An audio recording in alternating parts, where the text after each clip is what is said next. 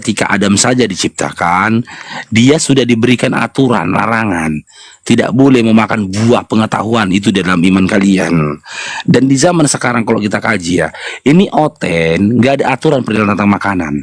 Ya, maaf cakap ini, binatang juga nggak punya larangan perihal tentang makanan. Lantas apa bedanya kalian sama binatang jadinya? Karena nggak punya Kalau aturan. itu ada larangan, Bang. Iya, di Ada mana binatang yang kita tertulisnya? nggak boleh makan. Iya, di Misalnya mana babi. tertulisnya? Oh, kalau babi di perjanjian lama ada memang gitu loh, tapi itu sudah dibatalkan oleh Paulus dalam Efesus 2 nomor 15. Dengan matinya dia sebagai manusia telah membatalkan hukum Taurat dengan segala ketentuannya. Gak bakal. Maka kalian bebas gitu loh. Bagaimana bisa gitu loh, kalian dijamin masuk surga sementara kalian gak punya larangan? Bagaimana Tidak, bisa Bang. kalian? Tidak ada Gimana? larangan. Punya kalau di kita itu ada hewan yang kita tidak boleh makan, yang sudah dilarang itu nggak boleh. Di mana Walaupun itu tertulisnya? walaupun itu tertulis di dalam perjanjian lama, di dalam Taurat, sekalipun itu ada di Taurat, kita tetap tidak boleh. Loh, yang Karena melarang kalian siapa? karena Yang Yesus mengatakan nggak datang boleh ke siapa? karena Yesus datang ke muka bumi ini bukan membatalkan hukum Taurat, tetapi menggenapi. Ya, tapi berdasarkan Efesus 2:15, hukum Taurat dan segala ketentuannya sudah dibatalkan. Gitu loh. Sudah dibatalkan itu. Makanya saya bilang, ya, antara Yesus dengan Paulus, ya, ini memiliki penyampaian dan juga pengajaran yang berbeda-beda. Benar memang, Yesus itu dalam Matius 5, 17-18 datang untuk menyempurnakan hukum Taurat. Tapi Iya, penyempurnaan Yesus terhadap hukum Taurat itu dibatalkan oleh Paulus. Maka ketika Paulus sudah membatalkan hukum Taurat dan kalian imani Paulus itu adalah rasul, kan gitu. Maka kalian tidak ada urusan lagi dengan hukum Taurat, gitu loh. Bahkan dalam Galatia 3:10, kalau Anda tetap berpegang kepada pekerjaan dari hukum Taurat, tetap ngotot mau berpegang kepada pekerjaan hukum Taurat, satu aturan dari hukum Taurat saja andaikan kalian Anda ikuti, Anda imani gitu loh, Anda amalkan, maka Anda berada di bawah kutuk. nah, sekarang Orang-orang yang begini, berpegang Bang. kepada hukum Taurat itu terkutuk. Galatia 3 nomor 10. Dan dalam Matius 25:41, orang-orang terkutuk dilemparkan ke dalam api yang kekal bersama dengan iblis. Gitu loh. Itulah alasannya, korelasinya. Makanya dalam Galatia 3:13 hukum Tauratnya dibatalkan. Karena Paulus mengklaim orang yang hidup di bawah hukum Taurat itu berada di bawah kutuk. Gitu loh. Jadi kalau Ya, kamu satu aja dari hukum Taurat tetap kamu imani, tetap kamu amalkan, kamu berada di bawah kutuk. Nah, ketika hukum Taurat ini dipisahkan dari kalian, otomatis kalian nggak punya hukum dalam segala hal, dalam berpakaian, dalam perkawinan, nggak ada. Tidak ada larangan bagi kalian atau ketentuan bagi kalian. Siapa-siapa yang boleh kalian kawini, siapa-siapa yang tidak boleh kalian kawini. Bahkan perihal tentang berpakaian saja nggak ada aturannya. Maaf cakap, kalian andaikan jalan-jalan di tengah jalan, di jalan raya, telanjang kalian nggak dosa. Kenapa? Tidak ada batasan aurat bagi laki-laki dan perempuan yang telah ditetapkan dan ditentukan oleh Yesus maupun Paulus. Tidak ada. Kalau kami punya nabi. Nabi kami menyampaikan kepada kami batasan aurat laki-laki, batasan aurat bagi perempuan. Kalau kalian kan enggak. Kenapa bisa tidak ada aturan itu? Karena Paulus terlalu sibuk. Apa kesibukan Paulus? Yesus Tuhan, Yesus Tuhan, Yesus Tuhan. Terlalu sibuk dia membangun narasi dan juga membangun asumsi Yesus itu adalah Tuhan, hingga dia lupa ketika dia mendeklarasikan sebuah kepercayaan yang tertulis dalam KPR 11 nomor 26, harusnya ada hukum di dalam aturan itu tadi, di dalam kepercayaan itu tadi, hingga Paulus lupa dia merancang hukum karena dia terlalu sibuk menjadikan Yesus sebagai Tuhan. Maka kalian hidup bebas.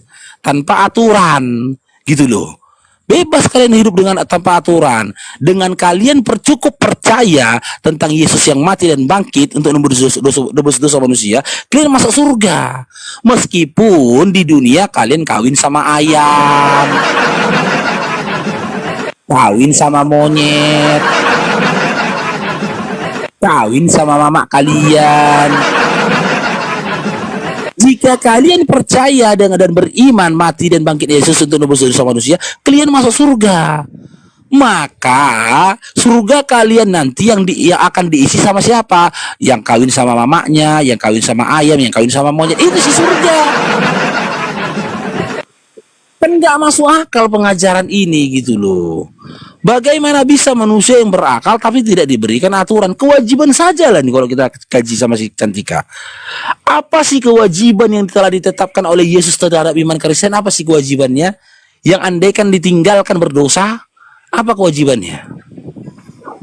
Oke, baik. Boleh saya bicara sebentar? Boleh saya jawab? Iya, lama pun nggak apa-apa Dinda, lama. Karena mumpung gak ada pemberkatan ini. Lama. Menurut Faruk, saya jadi Kristen ini apa karena Paulus atau karena Yesus? Oke, Anda jadi Kristen apa karena Paulus atau karena Yesus? Iya. Kan gitu. Nah, karena Anda yang memilih. Yesus kan nggak pernah nyuruh Anda jadi Kristen. Paulus juga tidak pernah nyuruh Anda jadi Kristen. Tapi pilihan Anda jadi Kristen. Nah, sekarang kita kaji pilihan Anda ini. Apakah pilihan Anda ini, ya, Anda memilih Kristen karena Anda sudah mendapatkan informasi yang klop tentang Kristen, atau karena Anda ikut-ikutan, atau warisan dari orang tua Anda? Itu bisa kita kaji dengan cara bagaimana pemahaman Anda tentang Bible Anda. Contoh, Anda tahu nggak kalau Yesus itu di setiap perkataannya menyatakan dia itu adalah utusan bukan Tuhan? Tahu nggak si Cantika? Iya, saya tahu.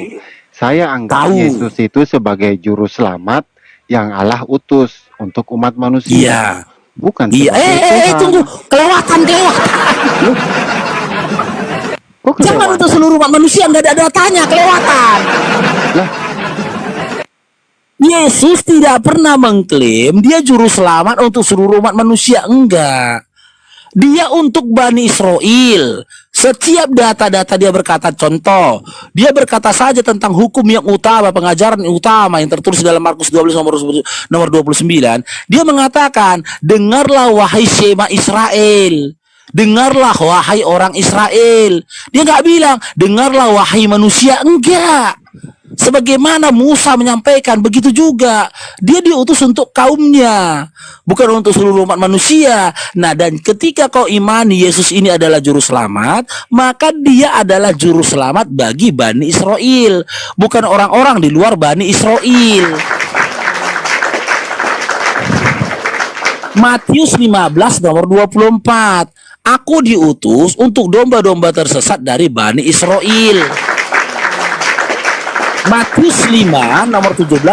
Matius 5 nomor 17 sampai 18, di mana dia menyampaikan kepada murid-muridnya, sampaikanlah pengajaranku kepada Bani Israel, bangsa Israel. Jangan kau masuki bangsa-bangsa lain di luar dari bangsa Israel.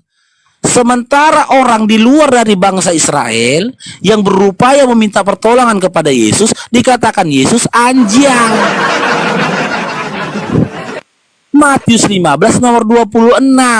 Ketika wanita Kanaan datang menghampiri Yesus dan meminta pertolongan dia, apa kata Yesus? Bagaimana bisa aku mengambil makanan dari anak kecil lalu kuberikan kepada anjing, kata Yesus. Lalu dibenarkan perempuan itu perkataan Yesus dalam ayat 27-nya. Benar ya Tuhan, anjing ini memakan remah-remah yang jatuh dari meja tuannya. Lalu Yesus menjawab, sungguh besar imanmu ibu. Dengan arti kata lain, benar ibu, kau anjing, katanya.